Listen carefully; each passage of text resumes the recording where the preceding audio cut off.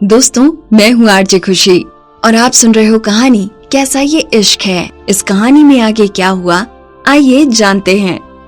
अर्पिता के दिमाग में सिर्फ कायरा की बातें चल रही थी, तो उसने बिल्कुल भी नोटिस नहीं किया कि संजय का वो बिना एक्सप्रेशन वाला चेहरा उसकी बातें सुनकर चिढ़ गया था। वो अपनी आईब्रो को उठाते हुए उसकी ओर देखने लगा। क्या तुम्हें अंगद की इतनी फिक्र है? बिल्कुल, अर्पिता बिना हिचकिचाहट के संजय को जवाब देने लगी और फिर वो कहने लगी, मैं नहीं जानती थी कि आप दोनों एक दूसरे को इतने अच्छे से जानते हो, इसीलिए मैंने अपनी ओर से अंगद की इन्फॉर्मेशन पता लगाने के लिए किसी को भेजा था।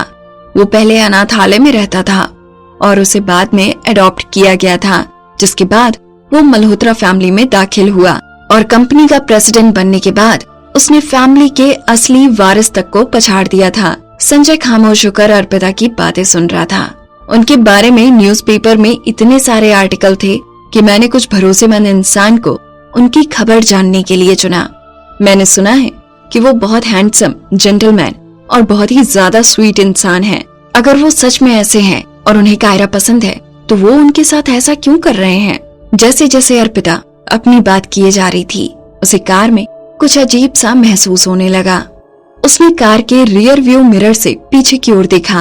कार में पीछे बैठे इंसान का चेहरा कोयले की तरह काला हो गया था। वो देखने के लिए अर्पिता पीछे पलटने लगी। तभी संजय ने कहा, तुम अभी तक उससे मिली भी नहीं हो, कैसी पागल और जजमेंटल औरत हो तुम। अर्पिता संजय की बात सुनकर हैरान थी। क्या हैंडसम आदमी पूरी दुनिया में एक दूसरे से कुछ शेयर नहीं करते? और उसने अंगद की तारीफ क्या कर दी, वो पागल और जजमेंटल हो गई। हालांकि संजय के चिढ़े हुए एक्सप्रेशन को देखकर वो अपनी आवाज को धीमी करते हुए कहने लगी, मैं कभी मिस्टर अंगद से मिली नहीं हूँ, लेकिन सब कहते हैं कि वो बहुत हैंडसम है। वो इतने भी बुरे नहीं होंगे। हालांकि वो चाहे कितने भी हैंडसम हो जाएं, वो कभी आपका मुकाबला नहीं कर सकते मिस्टर संजय, है ना? जिसके बाद वो संजय की ओर देखते हुए मुस्कुराने लगी। वो बस भगवान की कसम खाकर बोलने ही वाली थी कि वो दुनिया का सबसे हैंडसम आदमी है। संजय ने उसकी ओर एक नजर देखा।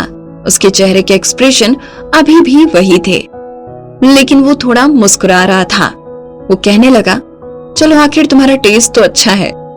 तभी उसने जल्दी से कहा, अंगद से दूर रहो, तुम्हें उसके मामले में दखल अंदाजी नहीं करनी चाहिए। ये दूसरी बार था जब संजय उसे बता रहा था। हालांकि इस बार वो अभी पहले से ज्यादा सीरियस और जिद्दी नजर आ रहा था। अर्पिता ने सारी कोशिश कर ली थी अंगद के बारे में जानने की। अब उसने अपने कदम पीछे लेना ही ठीक समझा। आगे के मित्तल विला को जाते हुए रास्ते में उन दोनों में से किसी ने कुछ नहीं कहा। जब कार मित्तल विला की एंट्रेंस पर रुकी, लिविंग रूम में एक छोटी मासूम बच्ची दौड़ते हुए बाहर आने लगी। बेशक वो अनन्या ही थी। अनन्या ने जब संजय और अर्पिता की ओर देखा, उसके चेहरे पर एक बड़ी सी मुस्कुराहट आ गई। जब उसने संजय की ओर देखा, वो उसकी ओर दौड़ते हुए गई और चिल्लाकर कहने लगी, डैडी। जिसके बाद संजय ने उसे गोद में उठाया और अनन्या ने उसके गाल पर किस कर दिया। जिसके बाद वो अर्पिता की ओर पलटी और उससे सिर्फ एक कदम दूर थी। वो उसे उसकी गोद में जाने के लिए कहने लगी, डर करके कि कहीं वो गिर न जाए। अर्पिता आगे की ओर बढ़ी और सीधा संजय के सामने जाकर खड़ी हो गई। इससे पहले कि अर्पिता अनन्या को अच्छे से गोद में ले पाती, अनन्या ने पहले उसे अपने गले लगा लिया और उसने अर्पिता को उन्हीं होठों के साथ किस किया जिन होठों से उसने संजय को किस किया था। अनन्या अभी भी संजय की गोद में थी, लेकिन वो अर्पिता को गले लगाए हुए थी, जिस वजह से अर्पिता भी संजय की बाहों में आ गई थी। उस समय तक वो तीनों किसी फैमिली से कम नजर नहीं आ रहे थे। वो अपने कदम पीछे लेना चाहती थी, लेकिन अनन्या उसे छोड़ ही नहीं रही थी। अर्पिता सिर्फ संजय के बाहों में सिमट कर रह गई। वो जैसे ही अनन्या को अपनी गोद में लेने वाली थी, अचानक से उसका फोन बज उठा। उसने फोन की ओर देखा और देखा कि उसे गीतांजलि फोन कर रही थी। ये सोचते हुए कि गीतांजलि उसे फोन क्यों कर रही थी, अर्पिता ने अपना फोन उठाया। बधाई हो सुपरवाइजर अर्पिता, प्रोडक्ट लॉन्च एक बहुत बड़ा सक्सेसफुल इवेंट साबित हुआ है। अर्पिता खामोश होकर गीतांजलि की बातें सुन रही थी। टाटा टेक्नोलॉजी के प्रेसिडेंट मिस्टर राम के बेटे जिगर सेठी प्रोडक्ट लॉन्च से काफी इम्प्रेस हुए हैं। उम्मीद करते हैं कि आप नेक्स्ट प्रोजेक्ट में भी यही कमाल दिखाएंगी। वो कल ऑफिस में आपसे नेक्स्ट प्रोजेक्ट के बारे में मीटिंग और डिस्कस करने आएंगे। जिगर सेठी। अर्पिता के दिमाग में जिगर सेठी की तस्वीरें उभरने लगी, जिससे वो अभी कुछ देर पहले कायरा के लाउंज के बाहर टकराई थी। उसके चेहरे पर अलग ही तेज था, वो काफी सिंपल लग रहा था। इस बारे में सोचते हुए उसने फोन पर गीतांजलि को ओके कहा। तभी उसने देखा कि उसके पीछे कोई खड़ा है। उसने पीछे पलट कर देखा, उसके पीछे संजय खड़ा हुआ था। उसकी नजरें संजय की गहरी नजरों से मिली। उसकी नजरें किसी गहरे समंदर के जैसी थीं, जिसमें कई राज छुपे हों। उसी समय गीतांजलि फोन पर कहने लगी, मैं यहाँ पर और 2 दिन के लिए बिजी रहूंगी। मैं कुछ देर में आपको टाटा टेक्नोलॉजी के साथ वाले प्रोजेक्ट की पूरी डिटेल्स भेजती हूँ। और फिर गीतांजलि ने फोन काट दिया। मैनेजर गीतांजलि मुझे अभी काम के बारे में थोड़ा बता रही थी। अर्पिता को लग रहा था कि संजय ने कॉल पर गीतांजलि की आवाज पहचानी नहीं होगी, इसके लिए वो उसे पूरे डिटेल में समझाने लगी। अर्पिता अपना फोन अपनी पैंट की पॉकेट में रख रही थी कि उसने पीछे से अनन्या को चिल्लाते हुए देखा, मैंने आप दोनों को किस कर दिया है, अब आपकी और डैडी की बारी। अर्पिता का हाथ अचानक से हवा में ही रुक गया। वो हैरानी से पलटकर अनन्या की ओर देखने लगी। अब उन दोनों की बारी है किस करने की? क्या मतलब किस? वो भी संजय को? संजय ने भी अनन्या की बात सुनी और वो भी थोड़ा हैरान नजर आ रहा था। उसने फोन कॉल पर हुई सारी बातें अच्छे से सुनी थी। टाटा टेक्नोलॉजी के सारे प्रोजेक्ट के लिए एक प्रोफेशनल प्रोजेक्ट मैनेजर होता है। अब जो कि पहले वाले मैनेजर की जगह जिगर ने ले ली थी, टाटा टेक्नोलॉजी के प्रेसिडेंट मिस्टर राम जरूर चाहेंगे कि उनका बेटा कंपनी में अपने पैर जमाए, और इसीलिए उन्होंने उनका सबसे पॉपुलर और सबसे बड़ा प्रोजेक्ट अपने बेटे के हाथ में दे दिया। हालांकि जब संजय को याद आया कि कैसे जिगर ने प्रोडक्ट लॉन्च खत्म होने के बाद अर्पिता को डिनर पर ले जाने की बात कही थी, उसे अपने दिल में अजीब सा महसूस होने लगा। उसके चेहरे का रंग गहरा हो गया था। इस बार अनन्या ने पहली बार सही बात की थी, उन्हें किस करवाने की।